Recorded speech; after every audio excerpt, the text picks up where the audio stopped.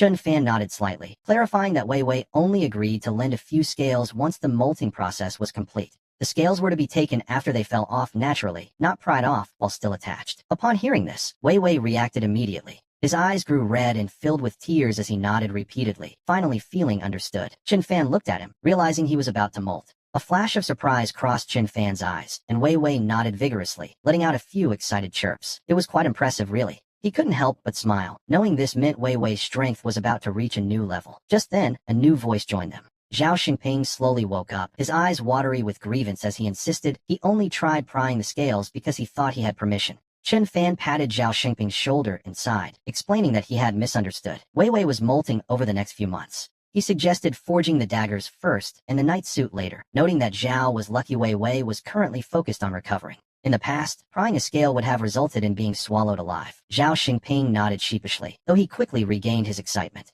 He marveled at the fact that their Fanyu territory actually possessed a heaven-swallowing beast, a rare and formidable creature indeed. The heaven-swallowing beast is known as a pure, standard combat-type beast, yet Chun Fan looked at Wei Wei with a strange expression. If it were purely for combat, it shouldn't have other abilities. And yet, this fellow had managed to slap something quite significant. He had swiped the inheritance light with left by the immortal heavenly master and swallowed it whole. To be honest, that was unexpected. This was clearly a specialized ability against formations. If it wasn't a standard trait of his species, then something else was at play. Deep down, Chun Fan began to understand. The inability to heal might not have been a disease at all, but a unique genetic mutation. He had evolved from a pure fighter into a creature that, while weaker in direct combat, possessed a miraculous talent for destroying formations. The lack of healing was merely a side effect. Now that the Snow Lotus had cured him, the side effect was gone, leaving something better. He was now a heaven-swallowing beast who excelled at breaking formations while maintaining immense combat power. Chun Fan patted his head gently. He told him it was all right and sent him off to play. Meanwhile, on a rocky island within the Zihai region, the scene shifts.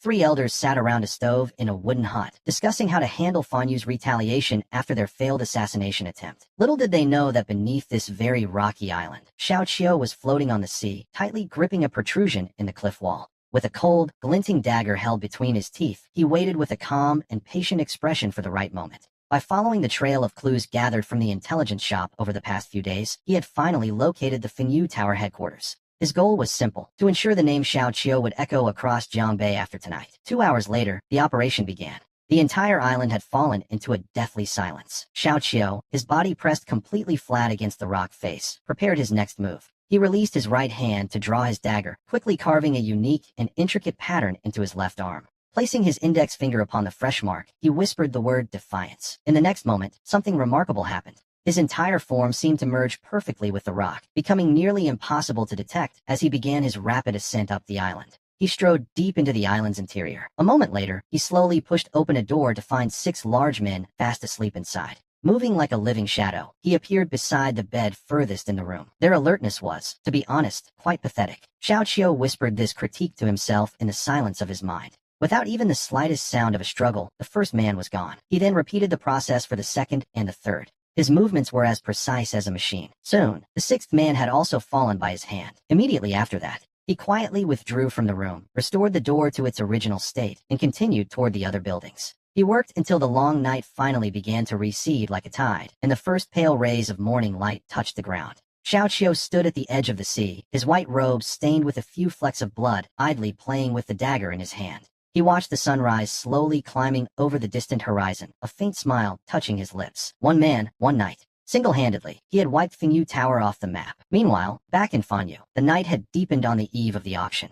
Kei-Ho and the others were busy in the camp, making the final preparations for the big day. As the next morning arrived, Chun Fan stood atop the wall, looking out over the city. Just then, the transmission talisman in his pocket began to glow with heat. He chuckled softly. A message had arrived from Xiao Qiu. Fenyu Tower was no more, and all 78 core members were gone. This included the 3 tower masters, along with a massive haul of ghost stones and treasures, including a rare sea moss. They were rushing back to Fanyu and expected to arrive before nightfall. Chun Fan took a long, deep breath after reading this. He picked up his transmission talisman to contact Kei-Ho, ordering the auction to be delayed until tonight. Xiao Qiu was almost home. Soon, the sky began to darken. The auction, originally planned for the afternoon, was moved to the evening as the eternal night approached. And just as the event was about to begin, we see Xiao Qiu leading his men toward the city gates on skeletal horses. They rode in with purpose, their mounts draped in heavy bags that suggested a very successful night of work. Xiao Qiu dismounted gracefully, carrying a bundle that was still slowly seeping blood onto the dusty ground. He strode toward Chun Fan, who stood in the center of the street, and knelt on one knee with a raspy voice, addressing his master. As the head of Fan Yu's hidden pavilion, Xiao Qiu had come to report that their primary target had been completely eliminated. Every single one of the 78 core members was dead. To prove it, he presented the heads of the 3 tower masters. Chun Fan told him to rest. Xiao Qiu gave a short acknowledgement, and then, right before everyone's eyes, his body began to change. He slowly dissolved into a wisp of black smoke and vanished. Naturally, the surrounding crowd began to look around in total confusion. They realized that the dozen men who had been riding the skeletal horses had also disappeared without a trace. Only the lonely skeletal horses remained. Chun Fan looked away with a neutral expression, though his lip twitched ever so slightly. Seeing the stunned looks on the faces of the crowd, he couldn't help but smile. The auction was finally about to begin. He asked everyone to wait just a moment longer, but their eyes were fixed firmly on the grim trophies left on the ground. The area fell deathly silent. No one spoke. There was only the sound of heavy breathing and the visible shock in their eyes. The infamous Fan Yu Tower had been wiped out in a single night in a lonely corner of the world. Now, the auction was starting. Chun Fan walked back into a building by the street, his eyes narrowing slightly as he examined the sea moss in his hand. At the moment, there were 2 buildings in the camp that could be upgraded using the sea moss, the Spirit Transport Pavilion and the Weather Pavilion. He planned to prioritize the former to quickly boost everyone's cultivation levels. As for the latter, it was sufficient for the time being. And it is worth mentioning that he had just acquired a piece of Anu, another material required to raise the workshop to level 6. Once tonight's auction concluded, he intended to return and upgrade the entire camp. Meanwhile, on the other side, the auction officially began. Wang Kuei acted as the host, standing on a temporary stage built at the end of the street while the crowd gathered along both sides. Wang Kuei stood tall, clutching a small gavel in his hand as he presided over the evening's proceedings. After several items of absolutely no value to Chun Fan were sold off, the auction finally approached its grand finale. The final item was the Architect's Decree, a treasure capable of turning an ordinary cultivator into a professional architect. The starting price was set at 1,000 ghost stones, with minimum increments of the same. No sooner had the words left his mouth than a sea of bidding paddles rose from the crowd. The Fan Yu members standing nearby could barely keep up with the frantic pace of the announcements. The Medicine King Valley of Jiangnan bid 50,000. Yijian Sect of Jiangdong bid 70,000. The Jiangbei Chamber of Commerce bid 80,000. The price quickly soared to 120,000 ghost stones, which, to be honest, was the entire reserve of many smaller factions. Suddenly, a man from one of the factions pulled a treasure from his robes and strode toward him. Lord Chun, please appraise this for me. He wanted to know how much credit this item would grant him in the auction. It was a green-grade treasure known as a strengthening stone. The effect of this green-grade strengthening stone was simple. It could be applied to any building during its next phase. It guaranteed that the building would undergo a qualitative transformation during its next upgrade. It was, by all accounts, a very good find. Chun Fan kept his expression neutral, but deep down, he realized that people were still hiding their best treasures from the public eye. Everyone was keeping their cards close to their chests. He truly wanted this item, so he offered a generous valuation of 20,000 stones. This way, even if the man lost the bid, Chun Fan planned to buy the stone from him at a high price after the auction ended.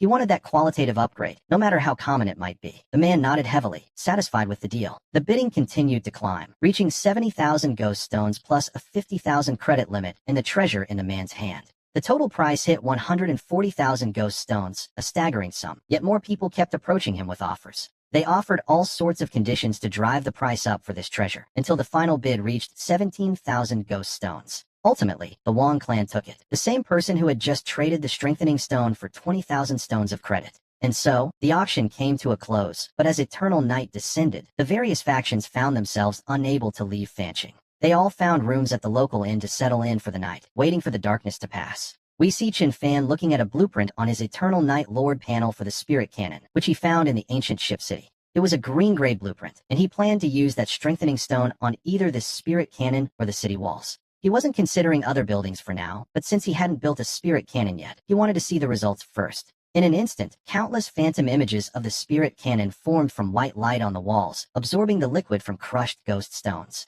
The structures slowly solidified before him, and a panel popped up showing that the Spirit Cannon had already reached level 2. This particular building had no branching upgrade paths. With every level gained, its raw power simply increased further. It seemed there were no clever tricks to unlock special directions for it, which, to be honest, left Chun Fan feeling a bit disappointed. Well, at least he didn't have to agonize over whether to use the strengthening stone on the cannon or the walls anymore. As he spent 2,000 ghost stones to raise it to level 5, the barrels grew larger and the patterns became more intricate. His expression grew increasingly strange as he noticed that reaching level 6 still didn't require any special materials whatsoever. It only required 3,000 ghost stones. He wondered if this was even right, but he spent the stones to reach level 6 anyway. The camp finally had another level 6 turret, but as Chen Fan stared at the spirit cannon status panel, he took a deep breath. Something unexpected was definitely happening, because since it still required no materials, he just kept upgrading it with 1,000 stones. By the time the spirit cannon reached level 10, Chen Fan stood there in silence, staring blankly at the panel that appeared before him.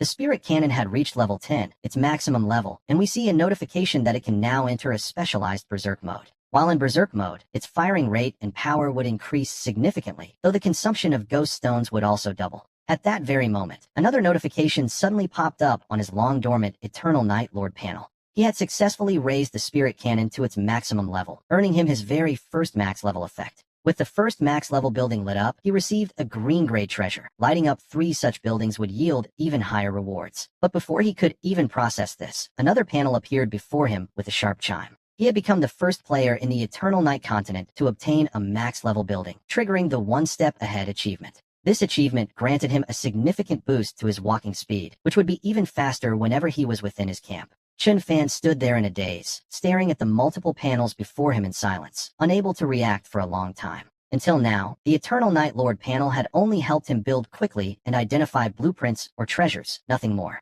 But now, things were getting interesting. He was the first in this world, which led him to a startling realization. It seemed this world was something like a gamified reality, one where the transformation process had somehow failed midway. This failure meant no one else had a player panel, only he possessed one, which, naturally, changed everything. In this world, he was the only true player, while everyone else functioned like NPCs. Chen Fan took a deep, steadying breath. He tried his best to calm his racing heart, and after a long silence, he finally turned his attention back to the cannon. He looked at the max-level spirit cannon, its barrel now covered in intricate relief patterns, and decided it was time to test its power. Chen Fan aimed at the rocky walls of the sinkhole, and a moment later, a deafening roar echoed through the entire cavern. Standing right next to the cannon, his ears rang as a shell of concentrated crimson energy slammed violently into the rock wall. The wall exploded, sending countless stone fragments and dust flying everywhere as the echoes of the blast slowly faded. A massive crater, over 10 meters deep, now scarred the wall, a commotion that instantly startled everyone working in the cave. Chen Fan stood in silence, staring at the destruction before him and wondering what would happen if the Ghost King appeared right now. A single shot would be enough to show the Ghost King the true meaning of power. Chen Fan let out a long, slow breath. He reached into his robe and pulled out the jade knot from the ancient ruins, focusing his gaze as he poured his intent into it. Once again, the images of the ancient battle at the Shijiang North defense line flickered before him, but this time, he simply smiled. The predicted battle at the undersea ghost nest 4 years from now might need a new name, perhaps the Great Expansion of Chen Fan. After that, we see him turn his attention to the green-gray treasure he received for completing his very first max-level building. The treasure was known as the Luck Whistle, a green-grade item that promised to tilt the scales of fate just a little bit in his favor. Upon blowing it, his luck would increase slightly for 3 breaths. It was a one-time use item, so he didn't hesitate for a second. The moment the whistle sounded, it shattered into a pale green light that swirled around him, signaling that his luck had been boosted. Acting quickly while the effect lasted, he took the enhancement stone he had just acquired and pressed it firmly into the city wall. He spent 1,000 ghost stones to upgrade this specific section of the level 3 wall to level 4, waiting for the transformation. A new panel appeared, informing him that the wall had reached level 4 and asking him to choose a specific path for its evolution. The first option offered a slow self-repairability, covering the wall in a network of protective, vine-like patterns. The second option focused on intimidation, making the wall appear far more terrifying and imposing to any creature that looked upon it. The third option was a gamble, a qualitative change that would grant a random, higher-grade effect. And then, the unexpected happened. Before Chen Fan could even make a choice, the panel began to flicker and shift rapidly as the qualitative change triggered on its own. The result was the Great Wall Effect. Every single section of wall connected to this one would now share this incredible new power. The wall could now move freely within the camp like a coiled dragon, a legendary grade result that defied all ordinary logic. Chen Fan remained frozen in place, realizing that the combination of the luck whistle and the enhancement stone was more potent than he imagined. It seemed that using the stone while his luck was boosted had guaranteed him the most powerful upgrade path possible. The option offered a random, higher-grade qualitative change. Normally, this would be modest, but with his luck boosted, things were different. It allowed for the impossible, a continuous rise in quality until a legendary transformation finally manifested before his eyes. This was the very first time he had witnessed an upgrade of such a high grade, and he knew he had to protect it. If this wall were to break, he felt he might as well give up entirely. Meanwhile, time passes and night falls. As eternal night shrouds the continent, we hear a mysterious voice pondering the name Fanyu, an arrogant name, perhaps an ancient remnant. Deep in the darkness, a shadow sits upon a throne, crimson eyes flickering as he rests his chin on his hand, deep in thought. Ever since the Ghost King he recently recruited met his end in the Jiangbei wasteland, he has been restless and calculating. He had been sending scouts to Jiangbei to gather intelligence on Fanyu, and just as he reviewed the reports, a voice spoke.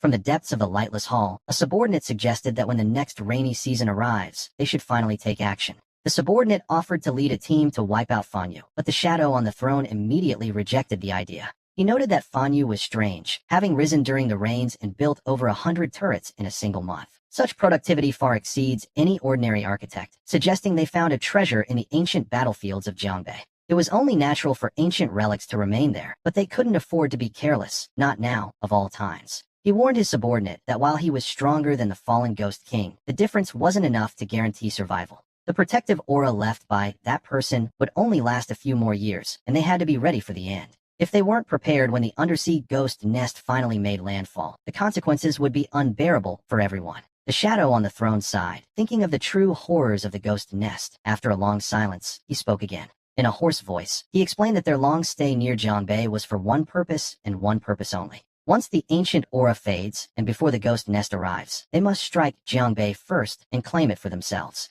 They would eliminate every living soul in Jiangbei to seize the heavenly Tao's blessing. Next, he ordered 2 specific tasks. He commanded his subordinate to find a way to send a message to Fanyu, warning them that in a few years, a ghost nest would make landfall. He suggested sending some oracle chicken residue, as they had before. Once Fanyu received the news, they would likely choose to evacuate on their own. It would be best to resolve this without conflict, as he found Fanyu difficult to read. Though if they refused to leave, things would change. If they intended to defend Jiangbei to the death, they couldn't allow them more time to grow, given how unnaturally fast this faction was rising. When the next rains arrive, they will use their full strength to wipe out Fanyu, all to secure the heavenly Tao's blessing 4 years from now. Only then would they be qualified to join the main battlefield. Meanwhile, in a dark corner of the eternal night continent, shadows loom over everything. We see a middle-aged man named Tanshi sitting in place. He slowly opens his eyes and gazes toward Jiangbei, murmuring in a bit of a daze. He could faintly sense his own aura beginning to dissipate, realizing he had, at most, for years left before his strength failed him.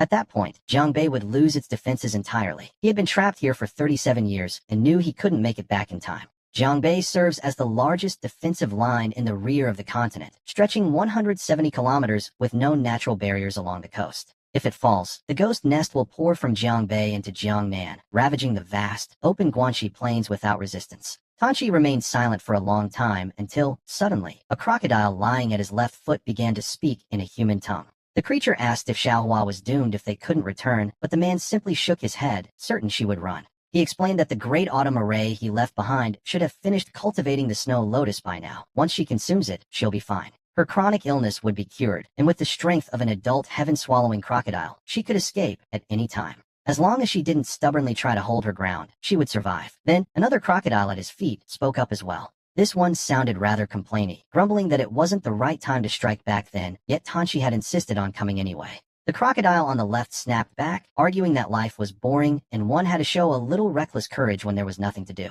He even joked that the boss hadn't looked for a woman the whole time and was handling things himself, a comment that was, frankly, a bit much. Tanshi, who had been sitting calmly, suddenly lunged forward and stomped the talkative crocodile's head deep into the dirt. Cracks spiderwebbed across the ground as Tanshi, his face devoid of emotion, coldly remarked that he regretted ever letting the creature speak. He wondered aloud if he should simply pull its tongue out, but just then, a lazy, casual voice drifted from the surrounding darkness. The voice asked if he was still unwilling to talk, promising that a single answer was all it would take to grant him his freedom. Tanshi pulled back his foot and looked up into the void, and after a long, heavy silence, he suddenly broke into a short laugh. He noted that maintaining such a massive array for 37 years must be exhausting, and he wondered how much longer it could possibly last. He warned the voice that he had memorized its sound, asking if it was prepared for his visit once he finally broke free. The voice in the dark fell silent for a long time before responding, though its tone was now noticeably lacking its former confidence. The speaker claimed they hadn't sent anyone to Jiangbei, insisting that even if Tanshi escaped, he could only target the speaker, not their son.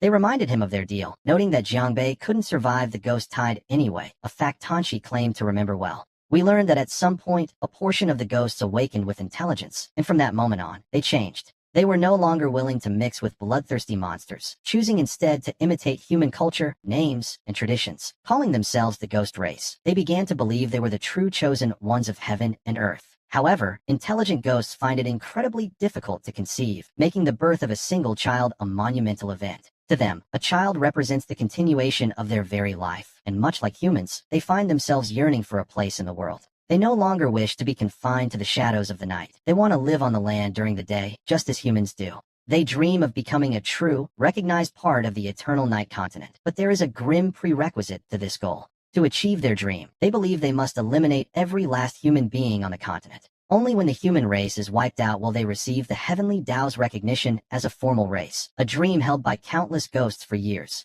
The voice from the darkness then shared a piece of news. The front lines were being breached quite successfully of late. The speaker taunted that the humans wouldn't be able to hold them back much longer, and while they might not see the day of the landing, their child certainly would. The voice boasted that his son would inherit his glory, but after a long silence, the man simply let out a cold, mocking laugh. The crocodile eventually crept back to his feet and whispered a question, but the man only responded with a long, heavy sigh. He pulled a roll of bamboo slips from his robe and spread them on the ground, noting that several pages of the Wooming Mountain Diary were missing. He admitted he was worried someone might see them, which, to be honest, is exactly why most people worry about their diaries. He told himself it wouldn't matter since Jianbei would fall in 4 years anyway, meaning anyone who read them would likely be dead. He looked up into the creature's massive, dim-witted eyes and remarked that his greatest regret was ever teaching it to speak. The female crocodile nearby seemed to take offense at this, huffing as if to say that even she was tired of the beast's chatter. The man then turned his expressionless gaze toward the other crocodile, the one that wouldn't stop talking. He warned that if it tried to mimic human speech during their next battle, he would pull its tongue out, and then, morning finally broke. We see Chun Fan stepping out of his cave to take a long, satisfying stretch while the morning sun spills over the city walls. It was another clear day, and fortunately, the camp had remained undisturbed by ghosts throughout the entire night. With the ritual fires keeping the monsters at bay, he decided it was time for a bit of a shopping spree with his accumulated ghost stones. Initially, he had planned to save up enough stones to build the entire 170-kilometer Jianbei defense line all at once. But now, thanks to the Great Wall's legendary transformation, he realized he could simply upgrade the wall bit by bit as he went. His plan was to build slowly until he reached the full 170 kilometers, and his gaze settled on a specific section of the fortification. He focused on the wall that possessed the legendary Great Wall potential, knowing he needed to raise its level as quickly as possible. He wanted to ensure it was indestructible, and after consuming 2,000 ghost stones, the wall quickly rose to level 5. As the wall reached level 5, its structural durability increased, and a prompt appeared asking him to choose a new upgrade path. The first option offered increased sturdiness during thunderstorms, while the second provided a minor durability boost whenever it was dark. The third option, however, was no-fly zone, preventing any creature from flying over the wall as long as it remained standing. As Chun Fan stared at the upgrade panel, a single thought flashed through his mind. He wished he could just select all three. He wanted every single one of these directions. While none were massive game changers, each offered its own distinct utility. The first was straightforward, specifically increasing weather resistance, while the second was equally great since walls naturally function best in the dark. It would essentially be a permanent passive buff, which is excellent, yet it still paled in comparison to the third option. Eager to see more, Chun Fan spent another 5,000 ghost stones to push this specific section of the wall to level 6. A new panel immediately popped up, showing that at level 6, the wall's structural integrity and sturdiness had increased once again. The new choices appeared. The second option offered a low probability of reflecting damage back at enemies who attacked from close range. The third option would reduce damage taken from long-range attacks, and honestly, all three directions seemed quite promising.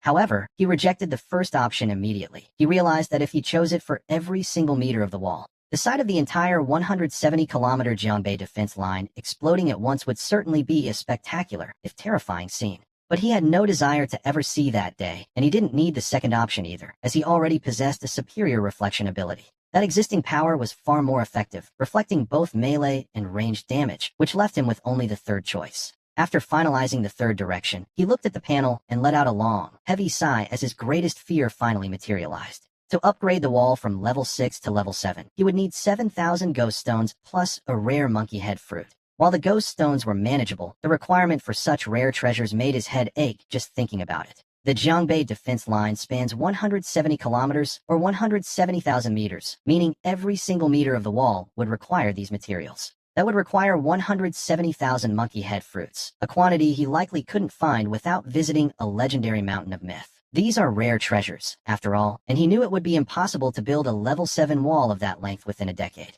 The sheer cost was enough to kill him, but after finishing his work, Chun Fan finally allowed himself a moment of relief. This single meter of wall, blessed with the Great Wall's legendary potential, was now level 6, towering far above the level of any other section. He felt safe at last. As long as the ghost fire remained unextinguished, this wall was practically indestructible. After that, he crouched down on the ground. Using a branch to sketch in the dust, he began to calculate the cost for the entire 170-kilometer Jiangbei defense line.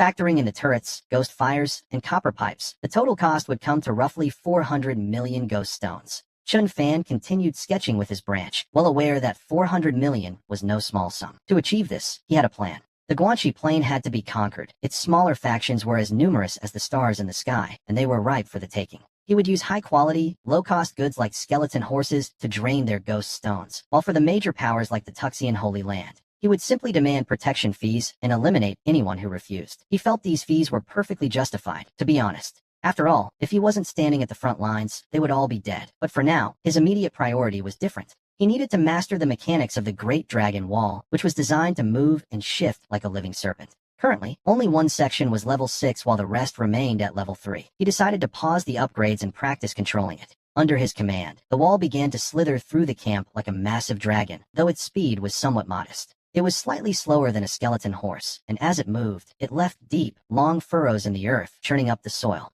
It looked as though the field had just been plowed. This thing would be quite useful for farming, he noted with a quiet sense of absurdity. Next, he stood at the very front of the wall section, hands behind his back, and lit the 20 ghost fires stationed within the canyon. With a cold expression, he gazed toward the horizon as the wall beneath him surged forward like a dragon toward the canyon entrance. The wind whistled past his ears, and in that moment, he felt incredibly cool. Compared to flying on a sword, he felt this was much more impressive, or at least, it certainly carried a lot more intimidation. Soon, the dragon stopped at the entrance. The area outside the canyon was beyond the camp's range, so the dragon could go no further. He quickly jogged to the other end of the wall. Standing at the front once more, he pointed his fingers toward the camp with a stern, icy gaze, looking quite dramatic. The dragon surged forward again. After several trips back and forth, he finally had his fill of the fun. It was, quite simply, exhilarating. Chun Fan tucked the wall back into the entrance of Cave 1, a wide, satisfied grin spreading across his face. Once he finished his experiments on how to maneuver the Great Wall outside, he knew exactly how he wanted to make his grand debut on the Guanxi Plain. He intended to give the local architects of the plain a little shock, letting them see firsthand what a legendary qualitative upgrade truly looked like. As the afternoon wore on, with about an hour of daylight remaining, we see our protagonist taking a well-deserved break.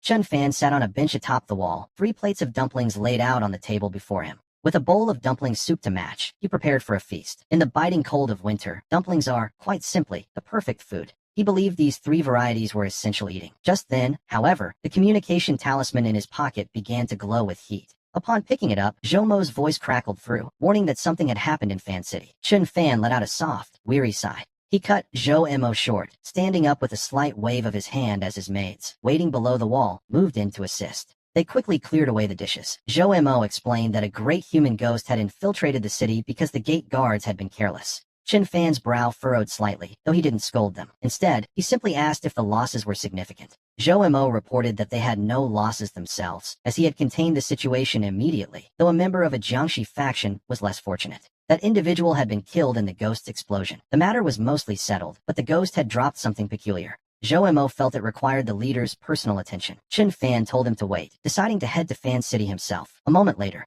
Chun Fan stepped down from his 9-5 dragon carriage and looked towards Zhou, who was waiting at the city gates with the item.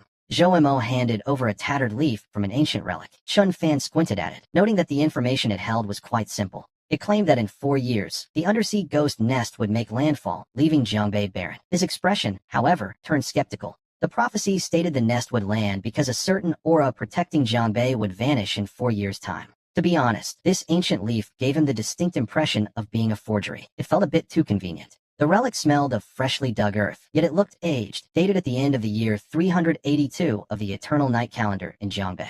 The underworld ghost nest would be revealed at the end of the year 382 of the eternal night calendar. That was exactly 4 years away. Chun Fan stared at the parchment in his hand. After a long, expressionless silence, he suddenly couldn't help but burst out laughing. he realized that his enemies might not be particularly bright. It was common knowledge that the eternal night had descended 378 years ago. However, a more secretive piece of information was that another eternal night had already occurred over 8,000 years in the past. Essentially, all the ancient relics discovered today are assumed to be remnants left behind from that great war 8 millennia ago. The term eternal night calendar was clearly a modern invention. How could someone leaving a relic 8,000 years ago have known it? The timelines didn't even match. He wished they'd be a bit more professional when forging relics. Chen Fan let out a long, weary sigh. Still, this provided one piece of useful information. A group of ghosts was watching him intently. For now, the matter was settled. Returning to his camp, Chen Fan walked up to the Spirit Transport Pavilion and pulled out some seaweed from his robe. Currently, only 2 buildings in the camp required seaweed to upgrade: the Spirit Transport Pavilion and the Weather Pavilion.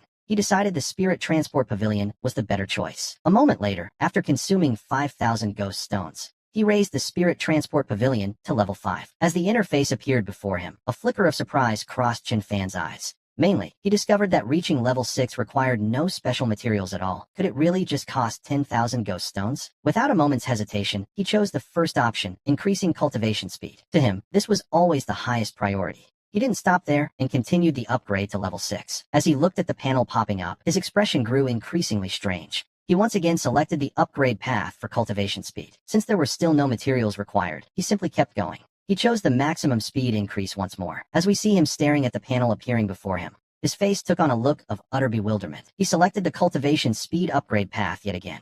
To his surprise, there were still no materials needed for this stage. And so, in one single breath, Chen Fan decided to push forward. He upgraded the White Tier Spirit Transport Pavilion all the way to level 10, the maximum level. Finally, the ultimate panel appeared. The notification appeared. The Spirit Transport Pavilion had reached level 10. It was now at its maximum level and could not be upgraded further. He had unlocked the max level effect, innate talent. Now, whenever a cultivator attempts to break through a major realm within the pavilion, they receive a specific blessing and empowerment. For instance, if a 99% Jade body attempts to reach the 5 Kings realm, they automatically become a perfect 10/10 Jade body. Chen Fan stared at the screen, feeling a bit stunned by the sheer power of this effect. It seemed almost an exaggeration, didn't it? With this, he could essentially mass-produce 5 kings with perfect Jade bodies. He quietly closed the interface and looked over at Qiyu, who was currently sitting cross-legged inside the pavilion, deep in cultivation. Suddenly, he felt a twinge of pity for the man. If Qiyu had only waited a few more days to break through, he wouldn't have had to suffer so much.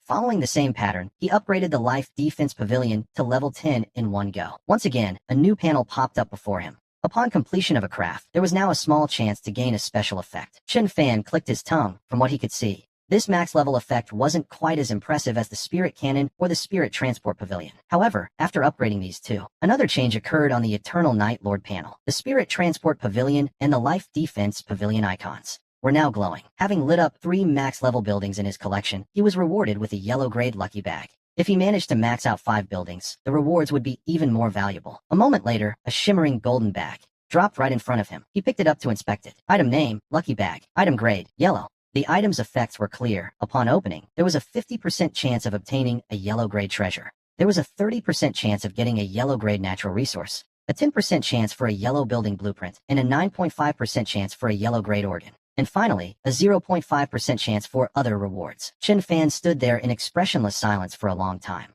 We recall that the first time he lit up a building icon, the system had given him a green grade luck boosting treasure. He took a deep breath and decided not to open the bag just yet. He would wait until he found another luck enhancing item before testing his fortune. Immediately after, we see him upgrade the ground spikes and the farmland to their maximum levels, causing a new panel to pop up. Having lit up 5 max level buildings, he was rewarded with a yellow grade Heavenly Path Stone. If he reaches 10 buildings, the rewards will be of even higher value. The Heavenly Path Stone certainly sounded like a powerful item, and he looked on with anticipation. He turned his gaze to the information on the Eternal Night Lord panel and clicked to claim it. Soon, yellow lines began to form in the air. They materialized into a stone that fell from the sky. Item name, Heavenly Path Stone. Item grade, yellow. Item effect. When applied to any building, it grants that structure a unique Heavenly Path blessing effect. Furthermore, it applies to all buildings of the same type within the camp. Chen Fan couldn't help but let out a wide grin.